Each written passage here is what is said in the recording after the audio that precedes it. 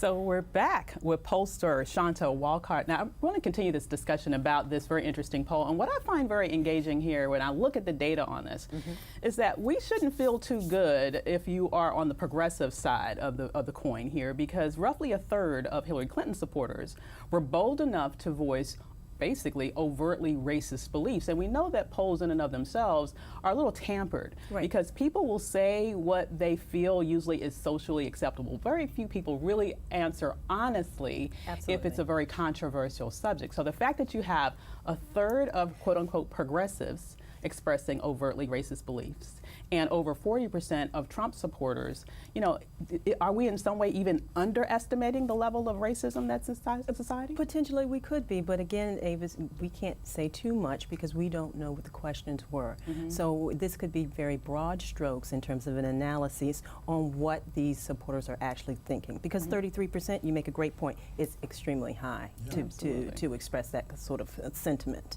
But I think that also could tie into this notion of even progressive Democrats being concerned about immigration issues and immigration policy and globalization and the economy. It does kind of spill into that notion of some of the very hot kitchen table issues that are going to be going on right now in the election. Absolutely, but they're asking things like, do you think black people are more violent? Do you think they're more criminally prone? Do you think, are you in favor of or against affirmative action? So there's strong sort of racist undertones with these questions. In the issue of globalization, et cetera, which is relevant to immigration and things along those lines.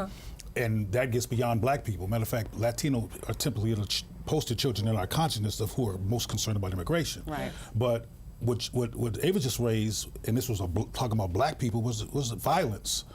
And so I wanted to be very specific about how we're being seen, and the impression of us that's both in the Republican Party and, in my opinion, a very high number of us in the so-called progressive, that's the word she used, the Democratic Party. That's what it really is. And frankly, at the risk of sounding controversial, I don't intend to, but yeah, you do.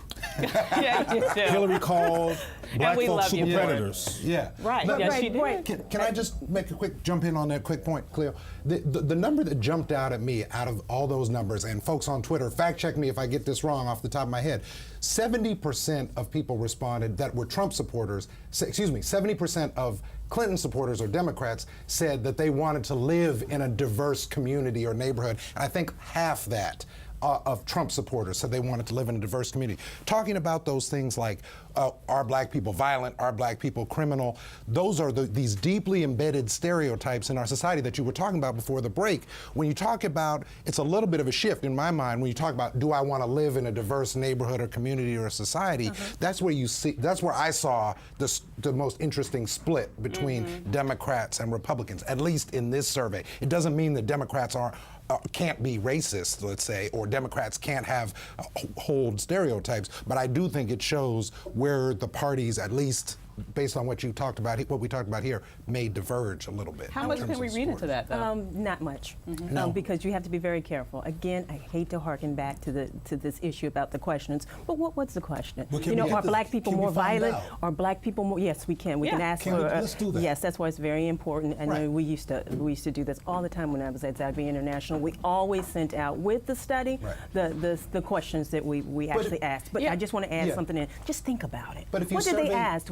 Were African American? 16,000 people. But no, what did they ask? Did they ask, are blacks more violent or aggressive than whites? I mean, think about the types of questions that would glean these kind of responses. But I'm saying on the one, I just got off the plane.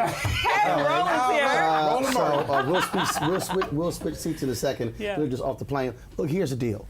This poll clearly shows how prominent race is in America. Absolutely. So here's a piece. So we can go through, well, what's the question? How was it asked? All sorts of stuff along those lines. But the reality is, we know through other studies, through other surveys, in terms of even how, to your point, how white progressives and how white Democrats feel about this issue as well. So I don't see this Reuters poll just about Donald Trump. The information there about Democrats is as well, because we are still dealing with the issue of race in America. We know how some whites also feel when it comes to on the job. Look at here's the whole question about affirmative action.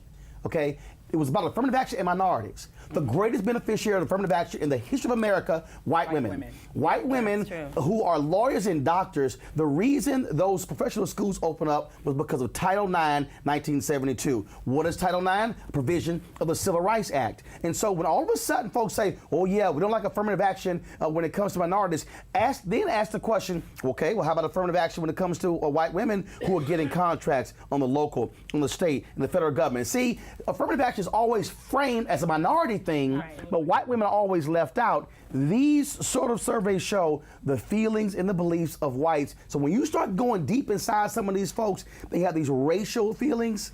This is where it comes out. But Roland, to add on to that, I think that if we had a series of follow-up questions, I mean, certainly they invoke and they tie into the historical trends that show that race is an issue. We understand that. But I think we would have been able to get more out of this poll had those other questions been asked, the other questions with regards to white women advancing that you just But they're not going to ask those questions because the reality is they don't see that as being an actual issue. They don't put white women in the category of a racial group to even discuss regarding questions. Nope. Well, the problem is that we don't want to discuss race openly and honestly in America, period. And that's why I believe, as outrageous as these numbers are, I believe it's underreported. We'll be right back if the discussion continues after the break.